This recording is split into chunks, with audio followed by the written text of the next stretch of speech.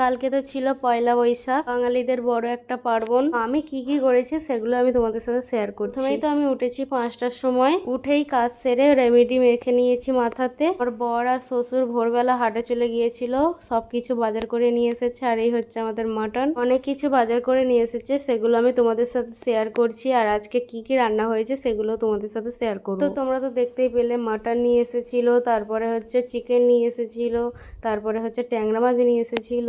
সবকিছু আমার বর ধুয়ে দিয়েছে। আর এদিকে হচ্ছে নিম পাতা হলুদ বেটে দিয়েছে আমার বর, সবকিছু মেখে আর রান্না বসিয়ে দিয়েছি। এদিকে হচ্ছে দিদি সব রান্না টান্না করছে, ভাজাভুজি। এদিকে শাশুড়ি শাক বাজছে, আর আমি শুধু মাটনটা করছি, কারণ মাটনটা করতে তো পুরো 2 ঘন্টা 3 ঘন্টা তো লেগেই যাবে সিদ্ধ হতে। আর এতক্ষণ কষিয়েছি, ওই জন্য কষাতেই মাংসটা মানে মাটনটা এত নরম হয়ে গেছে বলার মতো। চাপা দিয়ে দিয়ে কষিয়েছি, একদম নরম হয়ে গেছে। চলো আমাদের বাড়িতে পয়লা বৈশাখের দিন কি কি রান্না হলো সেগুলো তোমাদের সাথে শেয়ার করি। প্রথমেই তো বেগুন ভাজা, বিন কড়াই ভাজা, আমের চাটনি, তারপরে শাক ভাজা, মাছ ভাজা, পটল ভাজা, তারপরে মাছের ঝাল, এটা হচ্ছে চিকেন। আর এই যে মাটনটা দেখো, গ্রেভিটা কত সুন্দর লাগছে দেখতে। আর এই হচ্ছে আমাদের সব রকম রান্না, সব রকম শাশুড়ি মা সাজিয়ে দিয়েছে ফুলের মতো, আর আমি ভিডিও করছি। তারপরে এদিকে মিষ্টি এনেছিল, দই এনেছিল, তারপর জিরা পানি এনেছিল। পয়লা বৈশাখের দিন খাওয়া দাওয়াটা জমজমাট হয়েছে।